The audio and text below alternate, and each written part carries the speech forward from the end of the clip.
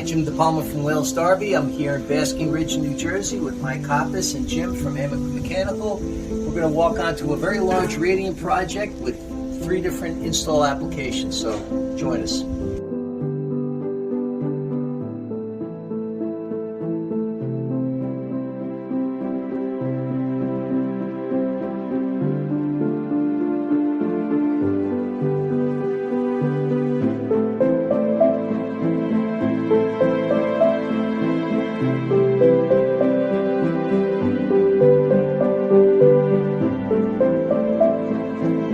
Hi, Jim DePalma here from Wales, Darby. I'm here today in Basking Ridge, New Jersey, large radiant project. I'm here with Mike Koppes from Amewick Mechanical and his foreman, Jim. We're down here in the basement in the mechanical room, and Jim's going to take us through why he used these circulators, how he set up the job. So, Jim, let me know what's going on here. As you can see, there's 11 pumps representing 11 different zones in the house. These are the Taco 0015 E3 series. We used this pump particular because there's different distances to each zone, and this has a lot of flexibility. Right, we can dial it in on either low speed or medium speed to match the distances so we get the proper flow going out there to the job. Exactly. Yeah, so thank you for doing that. Okay, so over here on this zone, we got a 0015 E3, but we're splitting it here with 2 of our Taco zone Centuries. So Jim, why did you guys do that here? We did this because these are both slab applications. The demand, this pump more than covered the demand for those 2. It's also a space saver, and these Century zone valves are fantastic because they're full port, and the gallons per minute are fantastic on these as well. Okay, easy to wire too. We label Very everything, easy. right? Yep. And this is our Uponor EP manifold, right? So you guys are using that, easy to The flow meters, you can balance each circuit. And again, these are expandable, which comes in handy if for whatever reason you need to add an extra circuit. They just screw right on. Right. Again, ease of use.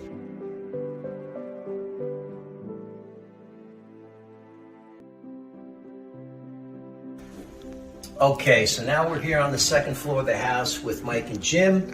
We're looking at 4 levels here. We did basement, 1st floor, 2nd floor, and a 3rd floor.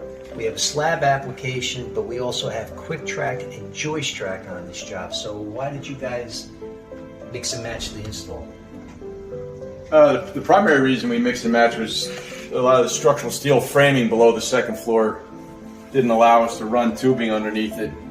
So the 2nd floor of the house had to be all done from above, which is why we went with the quick track.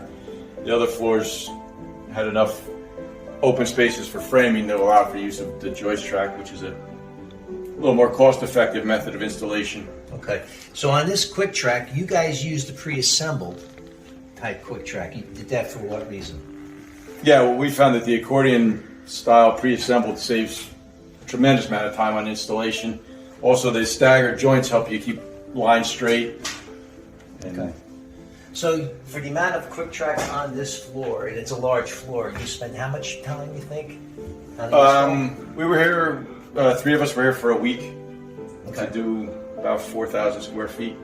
4,000 square feet, and if they were individual planks, you would have been here I hate to guess. a week and a half. Too long. So, yeah. Too long. Anything to talk about here on the joist track? Things to watch out for, or how you guys did it? The big trick here too is there was one large centerline girder that we had to work around, and we had to get permission from the architect to put a couple holes through it so we could penetrate. Okay. But it kind of split the room into 2 halves, so we treated it as if it were almost 2 separate zones, all controlled by the same thermostat. Right. So you guys drill a hole that runs the length of the room so you could fish all your loops through. Then you pull down the joist space, but you already have, you put your tracks up first, correct?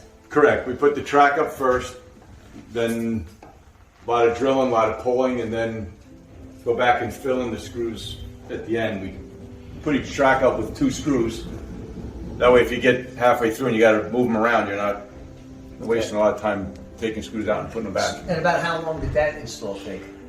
The 3rd floor was about 3 days. The 1st floor, which is comparable size to the 2nd, with another like 4,000 square feet, was about a full week. Excellent. Okay, great.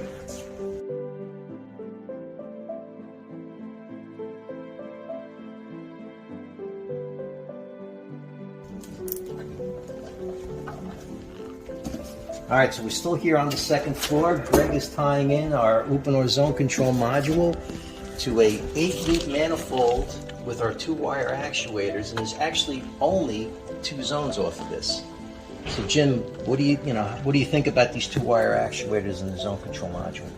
The 2-wire actuators are perfect because it's very simple. You could fit multiple actuators in separate zones on the zone control, which you can see how tight we are for space. So the zone control is perfect. We're going to add power and a transformer here, and it's a complete application. Right, so and we have the built-in end switch in that zone control module, so only sending one signal down to the boiler room. Done. Right, and the other side, will, like I said, will be right to a transformer right here. Fabulous. So Mike, with the quick track install, I see we have it going in all different directions. So what was the application here on the job? So in this particular application, the flooring that the homeowner selected is going to be glued down as opposed to being nailed.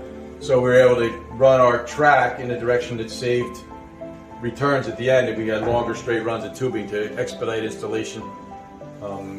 If they're using wood floors being nailed down, then we'd be concerned with the direction their flooring is going, so we coordinate the direction of tubing to avoid ending up parallel to a row of nails. Right, great.